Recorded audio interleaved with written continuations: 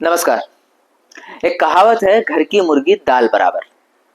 यानी जो चीज जिसके पास होती है वो उसकी उतनी वैल्यू करता नहीं, टेकन फॉर ग्रांटेड ले लेता है। लेकिन उसी चीज की अगर कोई दूसरा बुराई कर दे तो उसे बुरा भी लगता है कि अरे ऐसे कैसे। उसे उसकी महत्ता तभी समझ में आती है जब कोई दूसरा उसकी बुराई करे। इसी पर एक सुंदर व्यंग है, फिर ताज देखा। तो चलिए शुरू करते हैं। हर शहर का अपना दुख होता है। आगरा के लिए ताजमहल है तो हमारे जबलपुर के लिए भेड़ाघाट है। बाहर वालों के लिए तो ये सौंदर्य स्थल है, पर शहर वालों के लिए ये संकट स्थल है। हर मेहमान सुबह चाय पीते पीते हमारी प्रार्थनाओं के बावजूद कहता है, आज भेड़ाघाट दिखा दीजिए। आगरे में वो मेजबान से कहता है, चलिए ताज देख ले। हम उसे भेड़ाघाट ले जाते हैं और हजारवीं बार उसी नदी, उसी प्रपात और उसी सफेद संगमरमर को देखकर बोर होते हैं। जब वो भाव विभोर होकर कहता है, वाह कैसा सुंदर दृश्य है, तब हम मन से कहते हैं, सो तो ठीक है, पर अब यहां से टलिए ना। मेरी तरह आगरा वाले ताज से परेशान है। मेरे इधर तो प्रकृति ने यह मुसीबत पैदा की है, मगर आगरा वालों के लिए तो एक शहंशाह ने संकट का निर्माण कराया है। क्यों नहीं आगरा वालों ने तभी उससे कहा कि जहां पना आप अपनी बीवी से मोहब्बत करते हैं सो ठीक है, मगर इस झंझट को जरा शहर से दूर बनवाइए।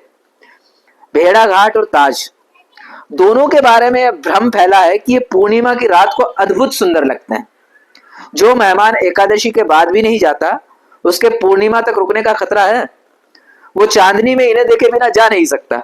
ऐसा बिरला होता है जो शहर में आकर भेड़ाघाट न देखे। मेरा एक दोस्त आया था, एक दिन कहने लगा, आज भेड़ाघाट देख आते हैं, वरना तुम बुरा मानोगे, कहोगे हफ्ते भर रहा खाया पर हमारा भेड़ाघाट नहीं देखा। मैंने कहा कि तुम्हारी इच्छा हो तो देखो। उसने कहा, इच्छा बिल्कुल नहीं है, यही डर है कि तुम कहीं बुरा ना मान जाओ। देखो कुछ ख्याल मत करना, अगली बार जरूर देखूंगा। वो मुझे पहले अच्छा लगा, फिर बुरा लगा। भेड़ाघाट से हम चाहे जितने ही परेशान हो उसकी अवहेलना नहीं कर सकते। जब मेहमान जलप्रपात देखता है हम उसका चेहरा देखते हैं, उसके मुंह से तारीफ सुनना चाहते हैं। एक बार एक आगरे वाले ने मेरे दिल को चोट पहुंचाई थी। मैं उसे चांदनी रात में नौका में घुमा रहा था। ऊपर पूरा चांद था, दोनों तरफ सफेद संगमरमर। मैंने बड़ी आशा से उससे पूछा, कहिए कैसा है। उसने ठंडे स्वर में कहा, ठीक है। मुझे बहुत गुस्सा आया, मन हुआ कि इसे यही नदी में फेंक दूं। जिस दृश्य की प्रशंसा करते लोग आगाते नहीं, उसे यह सिर्फ ठीक कहता है। मैंने उससे बदला ले लिया। स्टार्स दिखाकर जब आगरा वालों ने मुझसे पूछा कैसा है, तो मैंने कहा कोई खास बात नहीं है। आगरा वाले कटकर रह गए। मैंने बदला ले लिया। पिछले कुछ सालों से एक प्रकाशक मुझे हर 3-4 महीनों में ताज दिखाता है। लेखक लोग इस पर विश्वास नहीं करेंगे। वे पूर्वाग्रह के शिकार हैं कि कोई प्रकाशक कभी लेखक का भला नहीं कर सकता। मेरा तो कर रहा है, मुझे ताज दिखा रहा है। उसने आगरा में एक मुकदमा दायर कर दिया, जिसकी पेशी होती है तो मैं आगरा जाता ही हूँ और ताज देखता ही हूँ। यूं मैंने ताज बहुत बाद में देखा, अभी 3-4 साल पहले। कवियों ने मुझे उसके खिलाफ भड़का दिया था। साहिर लुधियानवी की एक कविता पढ़ी थी कि एक शहंशाह ने दौलत का सहारा लेकर हम गरीबों की मोहब्बत का मजाक उड़ाया है, इसलिए मेरे महबूब कहीं और मिलकर हो मुझसे, क्योंकि इधर कभी कभी बाबूजी घूमने निकल आते हैं। सुमित्रा नंदन पंत ने भी लिखा था कि हाय मृत्यु का ऐसा सुंदर स्मारक और जीवन की ऐसी अवहेलना। फिर राजा ने जनता के पैसे से अपनी बीवी का स्मारक बनवा लिया। जनता के खून के कतरों से बने इस ताज को मैं कभी नहीं देखूंगा। बाद में मेरा मन बदला। लेनिनग्राड में देखा कि द्वितीय महायुद्ध में नष्ट एक चर्च को रूसी लोग कैसा का तैसा बना रहे हैं। वे पीटर महान के सुंदर महलों को बड़े गौरव के साथ हमें बता रहे थे। मुझे लगा हमारे कवियों ने ताज के बारे में जल्दबाजी बरती, कच्चे जनवाद के उबाल में उससे नफरत करने लगे। अब तो मैं ये भी सोचता हूँ कि अगर किसी राजा ने अपनी प्रिया की याद में ताज बनवा भी लिया तो कोई बात नहीं। आज के नए राजा भी यही करते हैं। कॉरपोरेशन का सदस्य अपने घर के सामने सीमेंट की सड़क बनवा लेता है जिससे प्रिया के पांव में कंकड़ न गड़े। घर के सामने बिजली का खंभा लगवा लेता है ताकि प्रिया अंधेरे में डरे नहीं। प्रजातंत्र में भी हजारों छोटे बड़े शाहजहां हैं।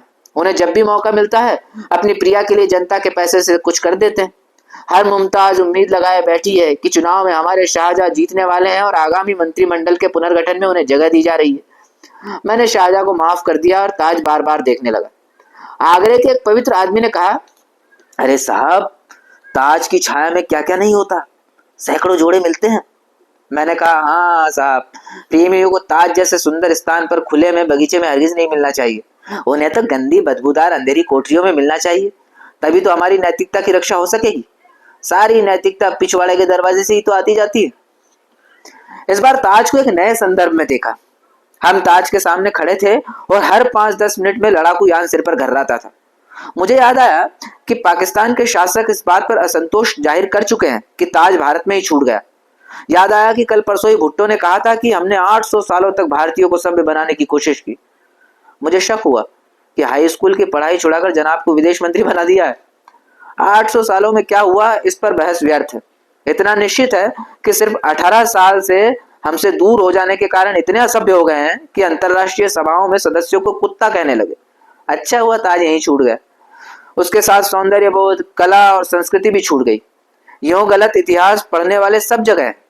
पाकिस्तानी शासक चाहे तो ऐसा इतिहास लिखवा सकते हैं जिसमें अपना संबंध द्रविड़ सभ्यता से जुड़े। वैसे मोहनजोदाड़ो उनके हिस्से में आ गया है। ऊपर से नेट गुजरते हैं तो मैं सोचता हूं कि ताज के ऊपर तोप फिट तो कैसा लगे। उसके भीतर कभी गोला बारूद भरा जाए तो, कभी उसमें युद्धबंदी भर दिया जाए तो।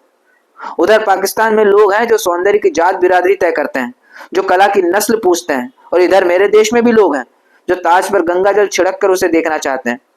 दोनों कला, संस्कृति और मनुष्यता के दुश्मन। मगर इन सबसे ऊपर एक बात है, ढाका रेडियो से सुंदर रविंद्र संगीत आता है और दिल्ली रेडियो से इकबाल की गजल गाई जाती। मुझे विश्वास है न ताज का कोई मजहब माना जाएगा, न उस पर गंगा जल छिड़कने की कोशिश होगी।